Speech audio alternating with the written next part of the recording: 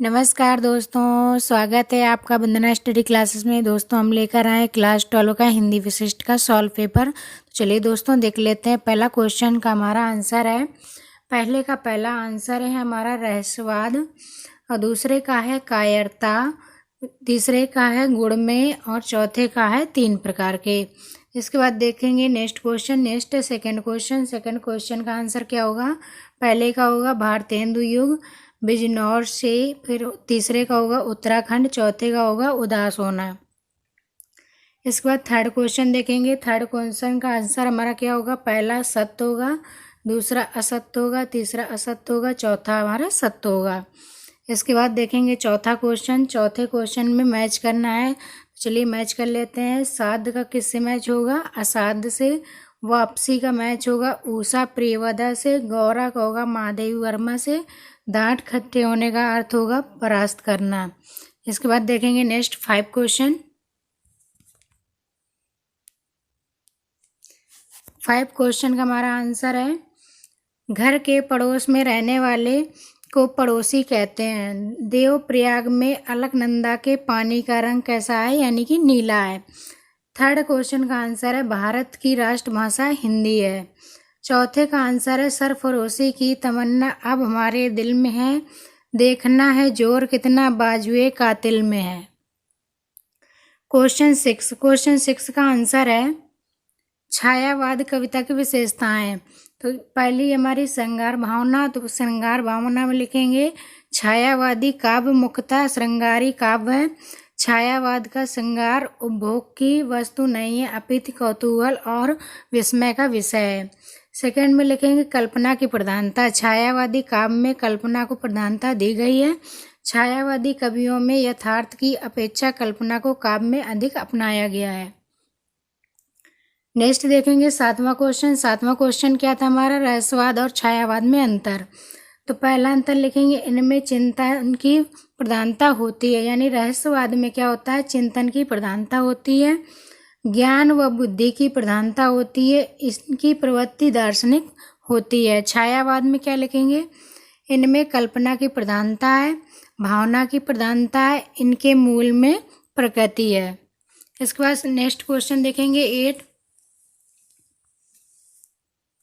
8 question का answer है चंद्रमा को कलंक कर अपने सिर पर शंकर भगवान ने धारण किया है।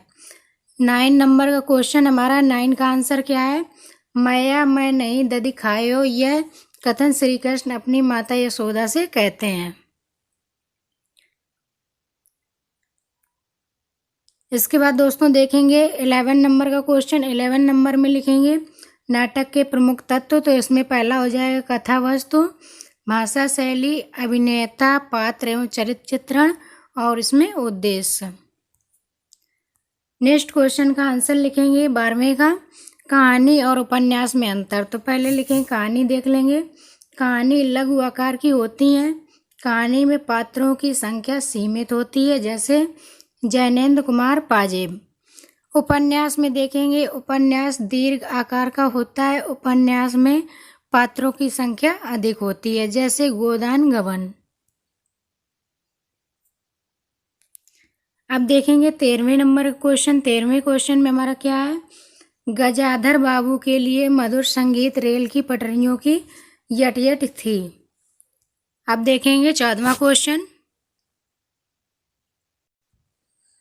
14वें क्वेश्चन का आंसर है उत्तराखंड के 4 धाम निम्न 4 पवित्र नदियों किनारे स्थित है। यमुनोत्री यमुना नदी किनारे, गंगोत्री गंगा नदी किनारे, केदारनाथ मंदाकिनी नदी किनारे, और बद्रीनाथ अलकनंदा नदी किनारे स्थित है।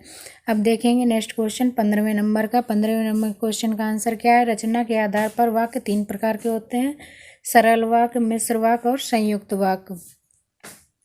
अब नेक्स्ट क्वेश्चन है हमारा 16वें नंबर का। 16वें नंबर क्वेश्चन का आंसर क्या होगा, छंद किसे कहते हैं। छंद किसी निश्चित क्रम में गति या यति का निर्वाह करते हुए जो भावपूर्ण एवं संगीतमय भाव की रचना होती है, छंद कहलाती है। छंद 2 प्रकार के होते हैं, मात्रिक छंद और वर्णिक छंद। नेक्स्ट है हमारा 17वें नंबर का क्वेश्चन। इसमें क्या लिखेंगे, कानपुर से भगवती चरण वर्मा की मित्रता, सुप्रसिद्ध साहित्यकार श्री विशंबर नाथ शर्मा, कौशिक, बालकृष्ण शर्मा, नवीन तथा रमाशंकर अवस्थी जैसे उच्च कोटि के साहित्यकारों से हुई है।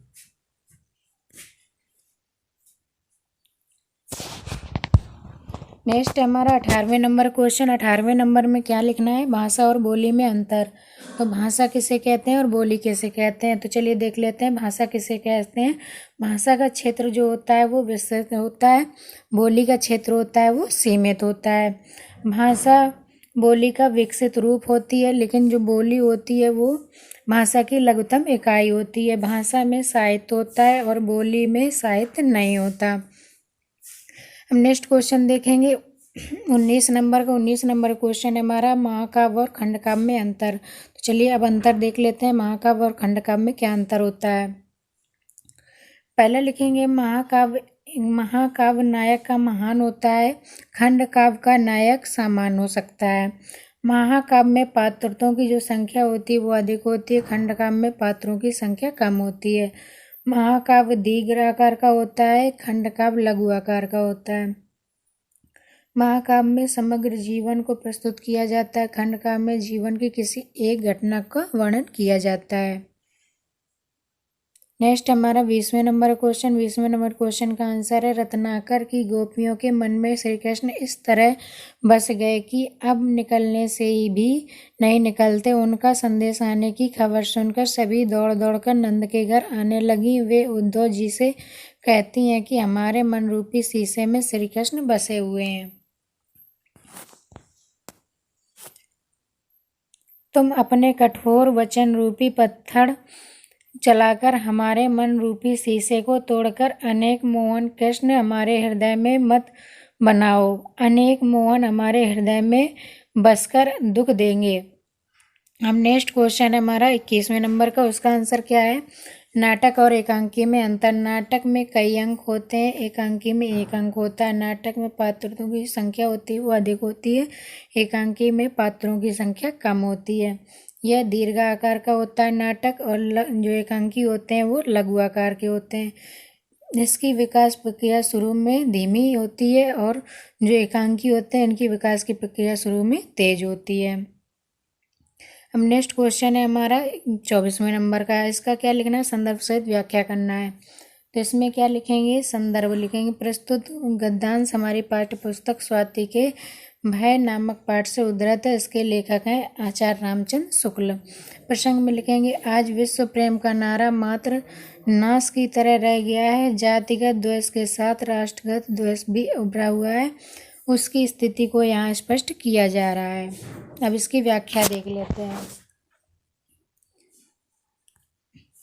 व्याख्या में क्या लिखना है आपको, यह बात कुछ अंशों तक मानी जा सकती है कि सभ्यता के साथ एक व्यक्ति को दूसरे व्यक्ति से भय कुछ कम हो गया है। पहले यह भय अधिक था, अब जातिगत भय में बढ़ा हुआ है। इससे एक जाति को दूसरे जाति से भय बढ़ गया है। यही स्थिति राष्ट्रों के बीच भी है। आज एक राष्ट्र दूसरे राष्ट्र से अधिक भय महसूस करता है, जबकि सभ्यता के विकास के साथ यह भय की स्थिति कम होनी चाहिए थी। यह सब क्यों हुआ, इसकी स्थिति को स्पष्ट करते हुए विद्वान लेखक कहता है कि जो राष्ट्र सबल है वे दूसरे सबल राष्ट्रों से आर्थिक प्रतिस्पर्धा करते हैं और व्यापार, आयात निर्यात आदि के अनेक प्रकार के संघर्ष आर्थिक क्षेत्र में उभर आए हैं। विशेष में लिखेंगे, विचार शैली प्रधान और विवेचनात्मक और हल्का उद्देश्य लिए हुए हैं। ये था दोस्तों हिंदी का सॉल्व पेपर। अगर आपके लिए थोड़ा सा भी यूजफुल रहा हो तो वीडियो को लाइक करिएगा, चैनल को सब्सक्राइब कर लीजिएगा, साथ में बेल आइकन प्रेस कर लीजिएगा, ताकि दोस्तों जब भी हम इस तरह के इंपॉर्टेंट वीडियो लेकर आएँ तो नोटिफिकेशन सबसे पहले आपको मिल सके। Thanks for watching, bye bye.